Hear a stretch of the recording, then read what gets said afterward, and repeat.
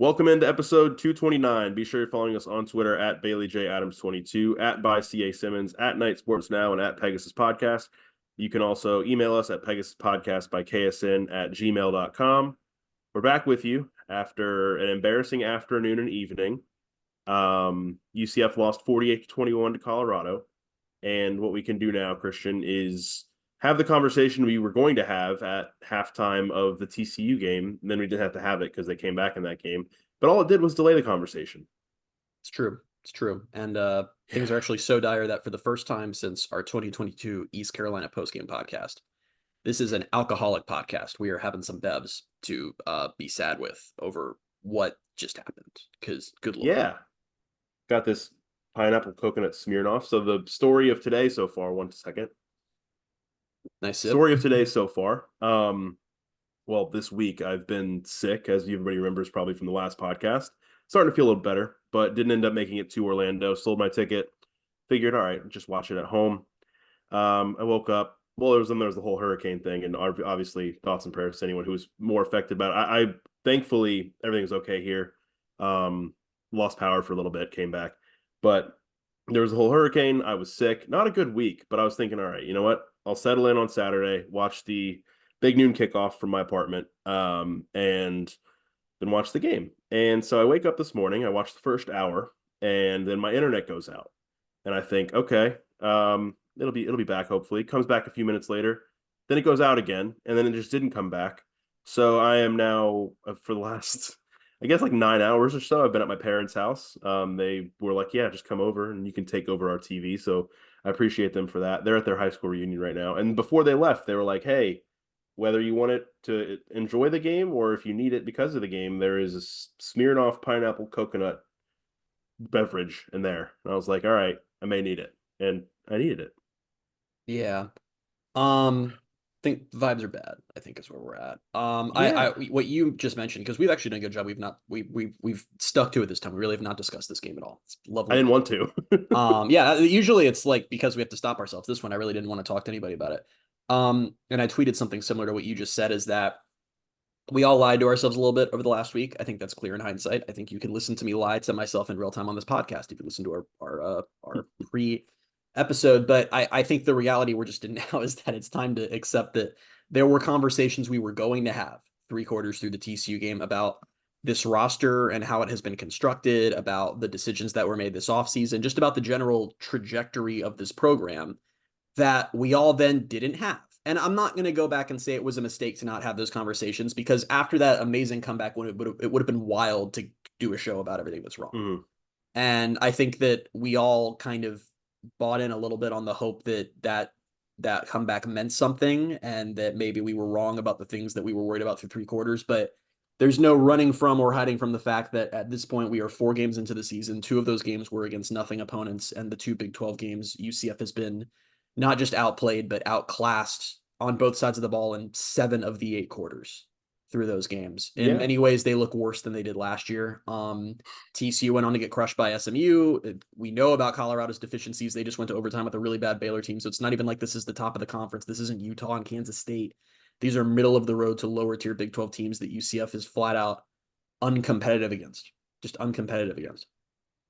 Yeah, so outplayed, outclassed, outcoached. Gus said, he was outcoached. And it made me feel especially bad because, all the Deion Sanders stuff, everybody has fun with it. But it's just always felt like it's with everything with Deion Sanders is such a vanity thing. And I think this guy is in college football as a vanity project, and he outcoached Gus Malzahn, who's made it his life work. It's life's work to go from high school coach to tell you every day. He used to be a former high school coach. And then now, he's been doing this whole life, and Deion outcoached him, and the entire Colorado coaching staff outcoached UCF's coaching staff. There were some pretty baffling coaching decisions throughout the game. I think the way that this is now the second straight game that UCF has completely mishandled the minute or so before halftime was shocking, the choices that were made in this game. Just weird decisions throughout. Mm-hmm. The drive early on where they get inside the 5 and they try 4 plays and none of them involved RJ Harvey. I don't understand how that happens. I think what's frustrating more than anything, and I want to say, because I understand that this is what we do, right? We oscillate. When they win, oh my God, they're going to win the conference. When they lose, things are terrible, fire everyone. And I get that, and that's really not what we're doing here. And if this were a situation where UCF had gone out there and it had been a back and forth game and they lost, like, which I actually early on thought that's what was going to happen maybe, and they Yeah. lose 31-28 or something because they made some mistakes, we'll talk. I'll say a loss is a loss. It's unfortunate. It happens. They were always going to lose games this year. Just keep going. We're 2 games into Big 12 play. They're 1-1, and it's a deceiving 1-1 because they've just looked terrible. Yeah. And I think the most frustrating, and yeah, the offense has problems. There's no doubt about it. Shout out to RJ Harvey, by the way, who had I think about 170 all-purpose yards tonight. He's doing what he can. Rest of the team is just kind of what it is at this point. Offense has issues. The defense through 2 games is allowing 41 points per game in Big 12 play. For all the changes they made, for all the new faces they brought in, same problem. Yeah. Can't stop the teams they're playing. And I understand it's not going to be Sugar Sanders and Travis Hunter every week, but last week it was a third string wide receiver from TCU. Defense just feels broken again. It just feels broken again. Yeah, and that's what I don't remember what conversations we had on and off the podcast, but this we were kind of talking about after TCU with Ted Roof. It's like you go out and you make these changes. You bring in all these transfers, these supposedly high impact transfers. You demote your young defensive coordinator back to, co-defensive coordinator now, and whatever position coach he is now, and you bring in Ted Roof, and we've always said ever since day one. And I had someone say today, like, I'm out on Ted Roof. I was like, I was out on Ted Roof the day they hired him. Yeah. And was hoping I was going to be wrong. And I don't think any of us that were feeling that way are wrong. I think he's a disaster. And Yes. this defense just looks, it's so hard to watch. Like, I don't even know where to start with them. It's like, I mean, let me just say that because you said that how we were led to believe they have playmakers. I do think they have playmakers. I think they're they better do. players on defense than they were last year. I think Deshaun Yeah. Pace is great. What's happening is Ruth is just genuinely getting outcoached. There are such baffling defensive coaching decisions on a regular basis that have half the press box scratching their heads that are just confusing. And what bothers me is, one, this is not revisionist history. They hired Ted Roof, and the immediate reaction from most people, us included, was, why did they do that? And I'm not even saying that demoting Addison was the wrong move. Last year was rough. You could make a case for that. That's not the part of the decision that was baffling. The part of the decision that was baffling was to bring in an old coordinator whose entire career is a journeyman career of largely failure. And he's mostly been fired and mostly failed at past stops. And to bring him in and hand him the keys to a job that would certainly have been sought after, a power forward defensive coordinator job. And your justification as head coach for doing this is that he was on my staff. He was on staff with me when I was an OC and we won a national championship together, is just such. It was crazy when it happened. It was crazy when we're halfway through the summer and other Big 12 coaches are saying it's crazy, and it's costing them the season now. It's an unmitigated nightmare. The conversation we had the day they hired him was, it's hard to believe this was the best that they could do in this situation. Yeah. And I don't feel like anything has been done to prove that we were wrong, in feeling a little bit concerned, or maybe very concerned. And it's just, playing a second, or your secondary is, I think there's some good players in that secondary, but I think they were overmatched by Colorado's wide receiving core. And that's the fact to begin with. And then you're playing them 10 yards, like 7 to 10 yards and off coverage. And you're giving Colorado, you're just giving them easy completions. And then you're asking these guys to tackle. And UCF historically, not even Ted Roof thing, not even an Addison Williams thing, not even a Gus Malzahn coaching staff thing. This UCF defense has been historically bad at tackling almost every year that I've watched them. But it's just, you're setting them up to fail. And I don't know if it was him. I don't know if it was a Gus thing, which I don't think it would be. I don't know who it was, but the end of the half, like you said, they mismanaged the end of the half. They go 3 and out. They do, bad punt coverage, good field position for Colorado. There's still only 8 seconds left, and you're already down 10. And then they have one play. That's like one play to kind of get in better field goal range. And your response on that one play is to send 4 DBs to like the 10 or like the 10-yard line or the goal line. Yep. And basically give them an easy underneath pass to set up a 46-yard field goal. No one can, were they that afraid of giving up a touchdown on one play? The conversation around me was Colorado gets the ball back and we all are going, oh, okay, so they're going to try to pick up a few yards here, get in field goal range, take a field goal. Defense comes out. There's that moment right before the snap where we're all like, wait, what is the defense doing? Snap the ball. Oh, the defense, everyone in the stadium was expecting them to try to get in field goal range, except Ted Roof, who believed that this was a Hail Mary end zone shot. Yep. And I just, it's things like that I'm just, we're stuck. I don't know how you fix a coordinator who just isn't up to the job. And that's unfortunate. I think that there's just a lot And of, Gus won't. He wouldn't. well, this is on Gus at the end of the day. I'm not Yeah. gonna fault Ted Roof for agreeing to a lucrative contract. I would have, if someone wanted me to do a job I'm not qualified for, that I would not be good at, and they offered me 6 or 7 figures to do it, I would do it. I'm sure, whatever. I'll be the defensive coordinator. Let me try. And it goes on Gus that it was a baffling decision that didn't make sense, and he's just so, it just felt like another example of him being in his own head. That was a valuable job that you could have gotten a lot of interest in. Instead, you went to a retread that no one saw as a threat anyway, and it's hurting them now. And we're in the weeds on the defense. I just want to be clear that this is going to be so overdramatic because at the end of the day, it's a football game. I'm having a really hard time personally coming to grips emotionally with the fact that the bounce house home field advantage is dead as a concept. Because that was something that meant a lot to the fan base and to the program of this tough stadium that teams just can't compete in. And that was really something we have hung our hats on for a long time. Is it's not the biggest stadium, but it's louder than you can imagine. It's louder than Michigan. It's this great atmosphere. And this coaching staff has completely neutralized that atmosphere. This is the worst. This is the first time UCF has lost by 3 scores or more at home since the winless season in 2015, the USF game that year. They're now 6-3. Going back to last year in the bounce house, it means not. This was a crazy crowd. I said to you, I don't remember if I tweeted it. I've been covering games since 2016. Press box has never shook like that during Zombie Nation ever. Like to the point that I was alarmed. I was like, this doesn't feel safe. And they were just destroyed on their home field. And it's like I'm mourning the bounce house tonight in some ways. Yeah, well, you say like, oh, this might be dramatic because it's a football game. I told you already, and I told a couple of my other friends, like I was feeling dramatic, in the fourth quarter. I didn't really watch much of the fourth quarter, so instead, what I did is I went out to the front yard here and I took my UCF alumni license plate frame off my car because I was like, I don't want to drive around with that on right now. I'm not feeling it. Which I mean, this is the first time I've thought of doing that. So, I mean, there were other losses that I probably could have done it for, and I didn't really have this idea until today. But yeah, I did that. So talking about being dramatic, I went ahead and did that. So we're stuck in a special kind of hell when you're part of the UCF fan base. Well, no, I actually do mean this because there are I know you do. There's some different types of teams in college football. There are Alabamas and Georgias and Ohio States who expect to be great all the time. And then there are teams that expect to be great all the time, but aren't, like your Auburns, maybe LSU's more of that, but still in that category. Then there's teams that don't expect this. It's the vast majority of the P4s, the teams that don't expect that. It's everywhere from Iowa State to Rutgers to Wake Forest or to NC State, that whole range of teams.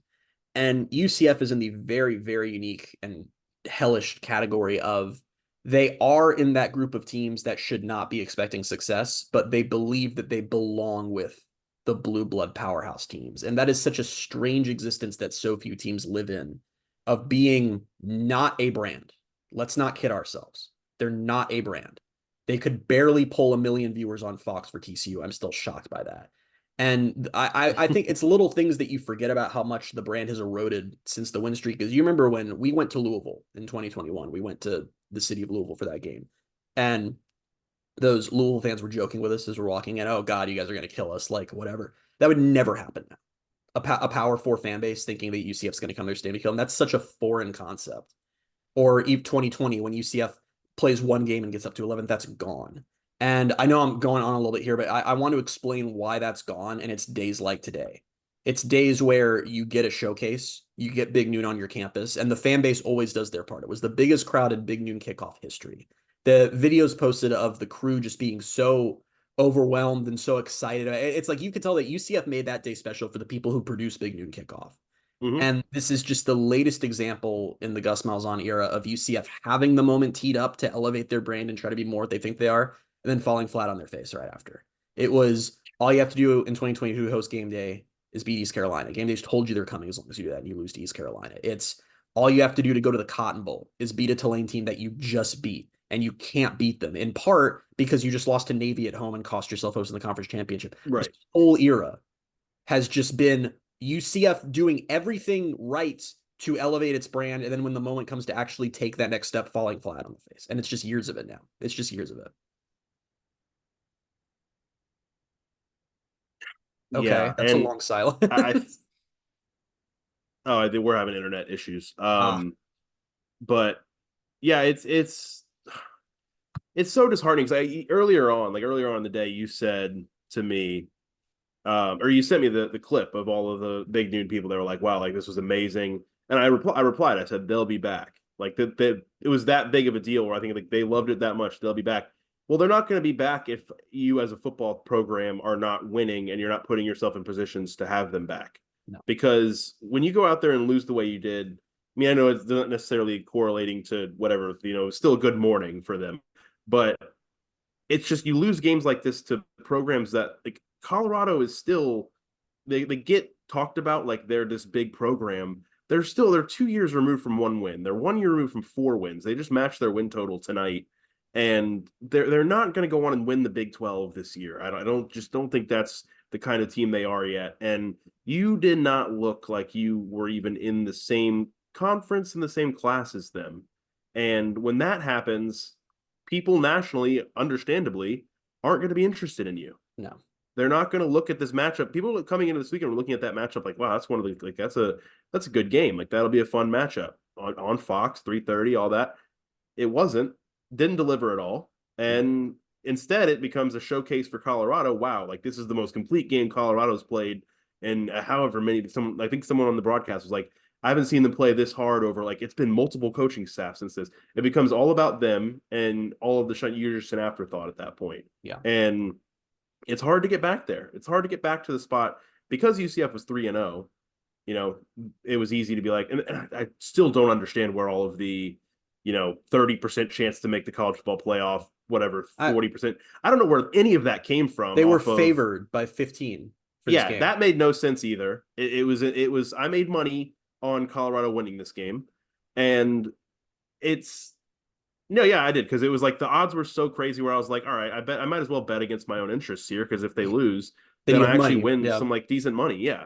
And I couldn't believe the odds on this game because UCF had beaten New Hampshire, Sam Houston, and then escaped TCU, who apparently isn't good. Beat I don't know Kansas how they today. got, yeah, I don't know how they got elevated into the spot today. And I'm glad they did because it was great to have Big Noon. It was great to have the spotlight, but then they did nothing with it. Yeah. And yeah, and that's like I said, that's the moral of the story for years of UCF now is when I'm talking about those moments, I forgot also hosting or Baylor in your first ever Big 12 home game and going up 35-7 in a big culmination of the entire program's history moment and then blowing it. Yeah. And I did have a moment where I'm sitting in the post game presser and we're listening to Gus, talk about it. And, it's like, he says what he says. He takes accountability for it. He's not one of these, crazy coaches who has to like Hugh Freeze was like He's blaming his not Brian quarterbacks and Kelly. stuff. No, like he's just gonna say what happened, and I do respect that. But I'm just sort of sitting here have this moment, and I'm like, this is just about a year after I was sitting here about Baylor, and we're back. Christian, I And think it was the same weekend. yeah, yeah, It was. It and was we're here. 100% the same weekend. And what worries me as a lifelong someone who is my dad went to UCF, I went to UCF. This is in my blood. This has been my life.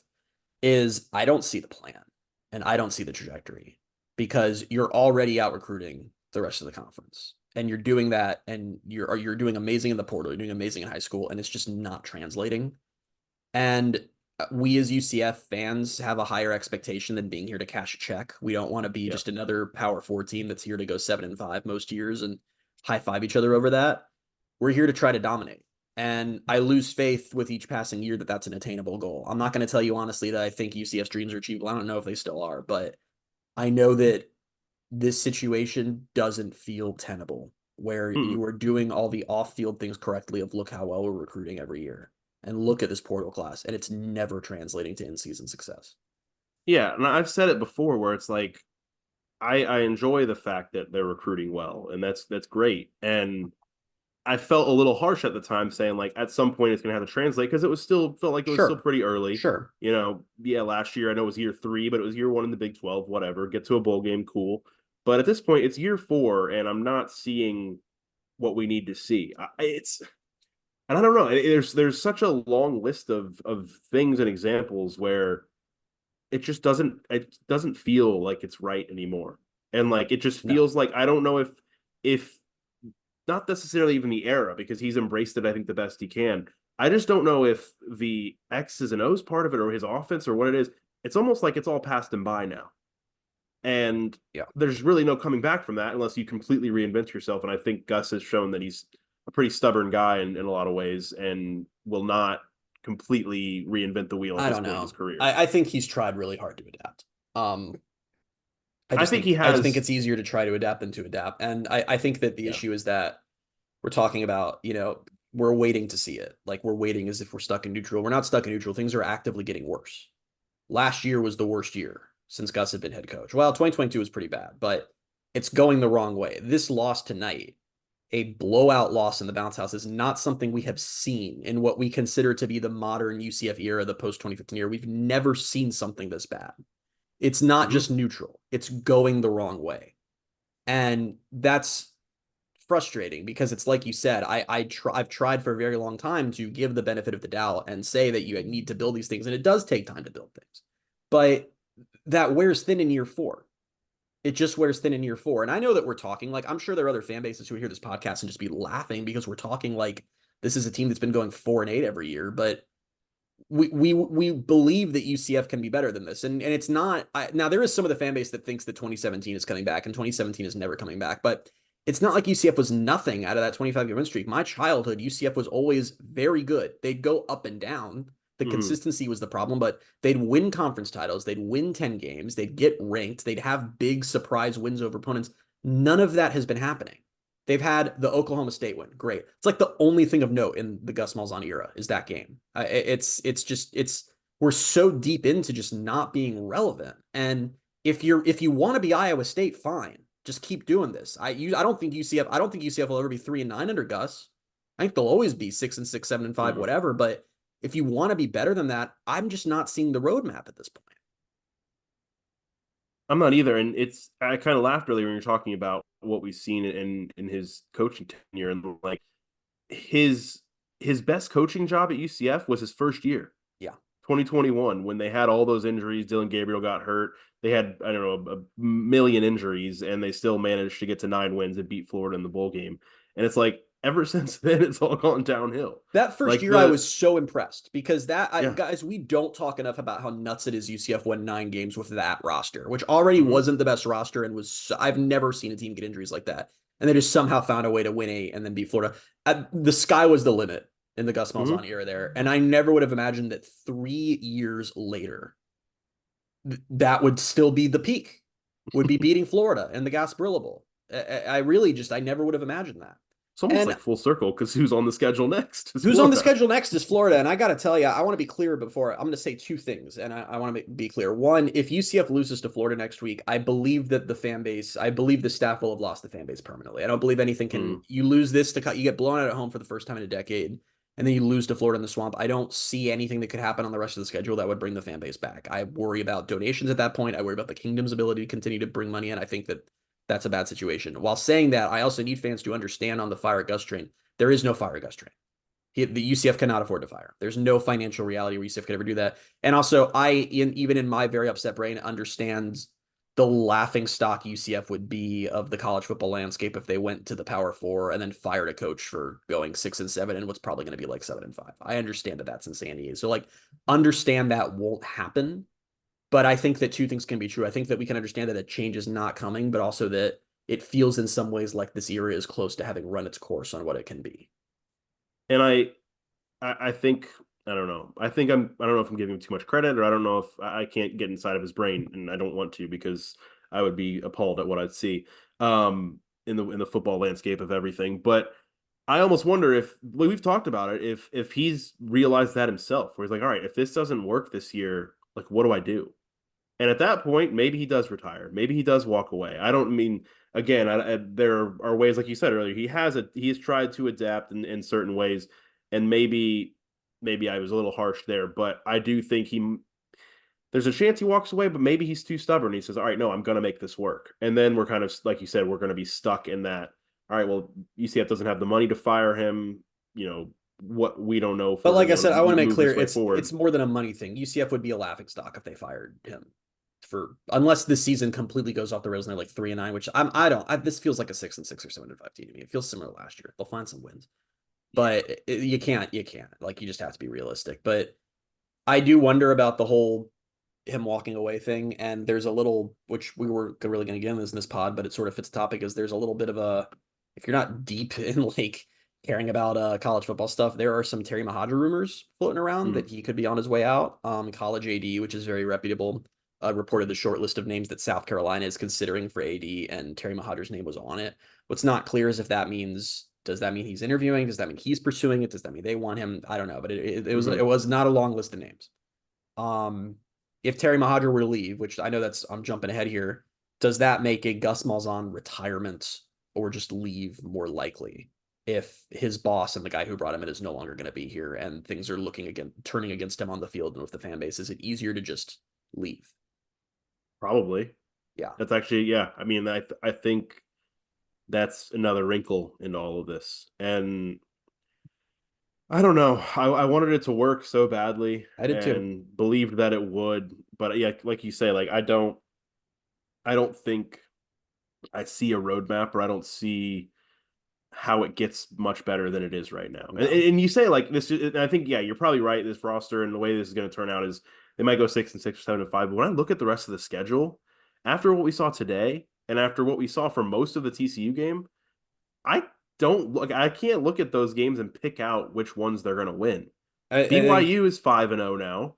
Yeah, that's one of the games that I thought was going to be easy. Now, I honestly think that the bottom now is every single game the rest of the schedule, I think, is largely just a coin flip in my mind. I don't know how to analyze this team. I don't even know what we're gonna do for the podcast. No, we'll figure it out. I don't either. Last I checked, Cincinnati was beating Texas Tech. Oh, really? Yeah, there are no wins. But I seriously, it's like it's 24-24 now. Sorry. This is the thing about the Big 12 though, is like they'll get some wins just because all these teams are similar. They'll beat some. They're just they're not going to the Big 12 title game. And that was probably crazy to begin with. It's not something we were predicting. But the other thing I do want to say on Gus Malzahn is because I feel bad in some ways because there's a lot of, people are mad on Twitter, and I don't fault you. I'm in a horrible mood. I was just rage texting Bailey because I was stuck in traffic on the way home. Might have gone too far. I was not in a good mood. But I like Gus. He's always seemed like a really decent guy. And I think that I don't think this is a Tuberville at Cincinnati situation where he was just here to cash a check and go to retirement. I think he's really, really freaking tried to turn UCF into what we all think UCF can be. And I think he's bought in on the long-term vision of UCF more than any coach since O'Leary. And that's what makes it harder for me because I don't wish this on him. I'm not like, yeah, let's get him out of here. It sucks that this hasn't worked. It was a big deal to get a coach of that stature who believed in UCF. And I think he's trying really hard. It's so far, it's just not working. It's just not working. And I guess you have to define what working is. That's what frustrates me is outside of UCF, I'm sure the rest of the country looks and goes, yeah, they're 6-6, whatever. But the pressure is ramped up even more in my mind in some ways, because all we held on to last year was, well, you have to compare to the other G5 teams that moved up. We're the farthest ahead. We've had the best transition. BYU's ranked in 5-0. You've been just leapt. SMU is excelling since moving up to the ACC. It's like that doesn't work anymore. You're not even that now. So it's just kind of like, what are you? Yeah, and I said this to you. I don't think I said it on the podcast because I didn't think I had a reason to after the TCU game. But I think maybe at halftime, this probably sounds familiar if I'm going to say it to you, but I don't know if I said it on the podcast. He talked when he got here, and he said it a million times, and he'll say it in every interview he's asked about it. He always said if this was if the right person got to UCF, it would be a gold mine. They could turn into this thing. And I still believe that. I still believe him when he says that. Maybe he's not the right person. Yeah. And I wanted him to be the right person. I know he wanted to be the right person, and he believed that he would be. It doesn't look like it's working. And I said this to a couple people today. I said, I don't see them. It's hard for me to envision this program achieving anything significant with him as the head coach right now. Like it just feels like what they are is what they're going to be. Yeah. Yeah. I think that's pretty much, I feel like as long as he's the coach, you're locked into, I don't think you'll ever be a disaster. I don't think you'll ever go 3-9. I don't think you're ever going to go 9-3. You're stuck in the middle. And that's just your reality until he decides to move on, because there's no reality where UCF can ever make that call. They could go beat Florida. We'll have a podcast. We'll be happy. I don't think that changes anything. Florida's pretty terrible. And I think there's a decent chance they lose that game because Mm, they can run the ball. But we'll see. I yeah, just don't think that it's like we're gonna have to regroup and do this all again after the Florida game because that, while an incredibly important game, honestly even more important to me now because it's like, all right, you've taken away all the other goals for the season already. Just give us the Florida win so we can have that at least, but it just doesn't change anything for what's happening here. yeah, because I mean, I've seen like a few people just like, oh, it's one loss, like and we've talked about on the podcast. Oh, yeah, like even the teams going to the Big 12 title game are probably going to have two losses, one loss, whatever. It's not that they lost the game; it's that they looked the way they did when they lost the game, and Yeah. that this isn't the best team they're playing this year. The idea that you could convince yourself that they're, I mean, to go to the Big 12 title game at this point, they'd have to lose at most one more Big 12 game. I don't know how you could Yeah, talk yourself into thinking that they're going to run the table from here minus one game. I just don't. no, This is one of the easier teams they're playing this year. It's yeah, and they just got. Like I said, I don't mean to keep circling back on it, but the bounce house component is just really messing with me. That was such a pride point for so many years, and it's like that's just gone now. It's just not a yeah. thing, you know. Well, I don't know if we've reached a natural, segue into this, but another thing you talked about was the brand and how the brand is in a bad spot. They got out black and golded by the other black and gold team in the conference. They did. Yep. UCF wore black helmets, black jerseys, white pants with the white stack UCF decal, white stripe. Colorado wore gold, white, black. Mm-hmm. Um, Another frustrating element to all of this. Yeah, yeah, what can you do? Like I said, the UCF combo looked good, looked nice, would look great Mm-hmm. against BYU. This was not the Yeah. game for it. Man, this Yeah. is what's great about uniforms. It's like hierarchy of needs, right? Because usually I'd be all about talking about the uniforms, and I'm just like, yeah, whatever. It's like whatever they wear, they're gonna be bad. So it's like, Yeah, it's just going to be a disaster anyway. And I don't know. Anything else about the game that you want to talk about? Like, I mean, Travis Hunter is incredible. yeah, I just realized that if you're not in like super in the know, and we just like casually dropped that Terry Mahadra news on you and moved on, I guess that was probably a bigger deal to you. And maybe there's the wrong way to do that, but I don't know. It's just We also weird. didn't talk about the game that much. We just kind of were like, this all I sucks. But I, I thought that was where this was going to go because it's like, what yeah, are you guys really here for us to? It's like, what do you want? The defense isn't good and the offense isn't good either. Like that's the yeah, analysis. Like I will say that we didn't really talk about KJ. I find it interesting that the team has so many problems that this isn't even the normal like let's just focus on the quarterback. Like there are so many yeah, things that didn't. KJ had a weird night. He did some good stuff and did some really bad stuff. yeah, I'm not gonna fault him that one Travis Hunter pick because that was unbelievable. yeah, yeah. Dude is amazing. Probably I'm sitting there in the press box and I'm like, is this the best football player I've ever watched with my own eyes? Like I'm like, I think is this it? You know? I think he is, and I think that's another reason I'm lamenting the fact that I wasn't able to make it there today because I didn't get to watch him in person. But I hopefully will at one point in the NFL I was gonna because say you cover the Bucks. He'll come yeah, through whatever team he's on. so Shadur's yeah, great. Shadur's great too. And Shador's then very good. trolled KJ pretty hard on social media after the game. Wait, did But he do it or was Shiloh? Shiloh was the oh, one is that it posted Shiloh? the Okay. yeah. One of the Which Sanders is Shiloh kids. hurt? Yeah, he's not playing. Okay, I was saying I didn't even see him out there, so that makes sense. That makes sense why I didn't see him. But yeah, no, and UCF's getting like they're getting a lot of it from Colorado's fan base right now and nationally, and they deserve it. Deserve. Like I was gonna say, like, that's the worst part. It's like, what are you gonna come back with? They just can't. came into your stadium and destroyed you. Like Yep. when you were a double-digit favorite. There's With nothing. with a Rick Ross in the locker room before the game and a DJ, like it was like there were videos coming out from before the game in the locker room that looked like it was like a post game locker room win. Like it was like Yeah. I sent it to you and I was like, they gotta beat this team because like this is a weird look for before the game. And then they just went out there and steamrolled UCF, and it's like, all Yep. right, guess it works for them. So We went can't into even say anything. today saying that this was a showcase moment for UCF to get their brand back on track and get people talking about them nationally. And instead, they were just the faceless background team for Colorado's ascendance Yep. on their home field. So Yeah. frustrating. Bad Um, times. yeah, I guess that's it. Sure. Yeah, We have a pod this week. We'll have I more to texted say, I'm you at sure. 21-7 and I said I want to quit the podcast. I And think then I it just got so replied. much I think I worse just from there. replied and said like me too or something. Like, I Yeah. don't think I was It really got so arguing it. much worse from there. And that's crazy that I thought at 21-7, wow, this sucks. And it got a lot Well, worse. let me try to make you feel a little bit better with this. Not If gonna you happen. think this is bad, imagine the post game pod after Florida if they lose that one too. We'll have to have several drinks on the podcast. We'll have to like start it drunk. Like there will be like no Yeah, other no, option. that'd Like, actually be probably pretty entertaining. we would never do that in a million years. That We couldn't do it bad because idea. I guess it would. Bad Yeah, idea. no, it wouldn't work. But Not the best idea, who but it'd knows? be fun. It'd Blowout be loss fun. next weekend. Anything can happen.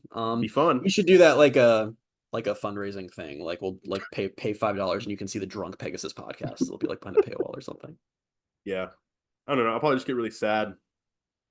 Just sit here and just start contemplating life. And then people are like, We'll wow, get I paid for super this. like just like with the drink, just be like, what happened to us, man? Like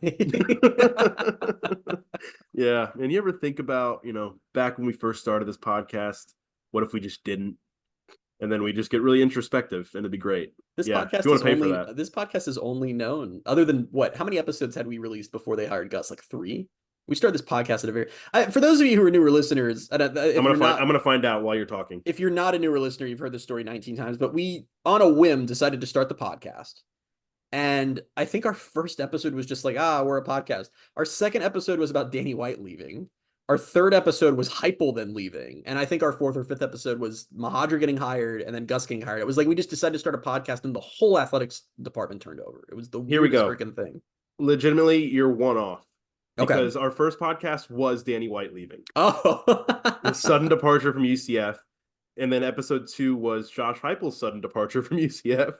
Episode 3 was kind of like just another episode. And then I think it was episode 4 maybe where they had, we discussed Terry Mohajir. So it was all in like the first 5 episodes, the whole landscape of everything changed. So maybe to change everything again, we need to stop the podcast. That'll make it was episode 5. It was 4 was Terry. Episode 5 was Gus, and there we go. This podcast is only known for 4 episodes without Gus. One more. We really do need to end. This is way too long for a post game. Yeah, we're just doing a full podcast.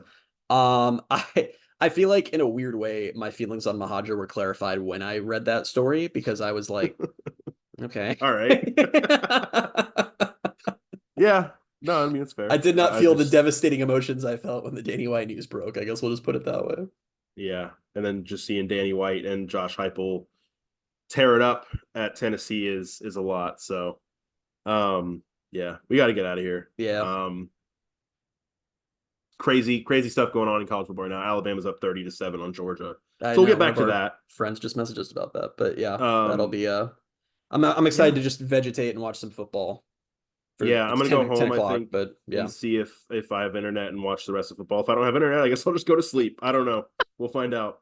But got a day of NFL ahead of me tomorrow, so back to the grind. Thank you guys for joining us on what this turned out to be. We'll be back next week with episode 230, where we'll preview the Florida game. Oh, that game! I'm dreading that game even more than I was, and I was dreading this game too. We got to 2:00 today. And I was like, can it just start? And then it delayed until 4:20. Yeah. So yeah, dreading Florida, and we'll talk about it coming up on the next episode. But until then, you can find us on Twitter at BaileyJAdams22, at @ByCASimmons, at Night Sports Now, and at Pegasus Podcast. Thank you guys so much for being with us, and we will talk to you soon. Bye, everybody.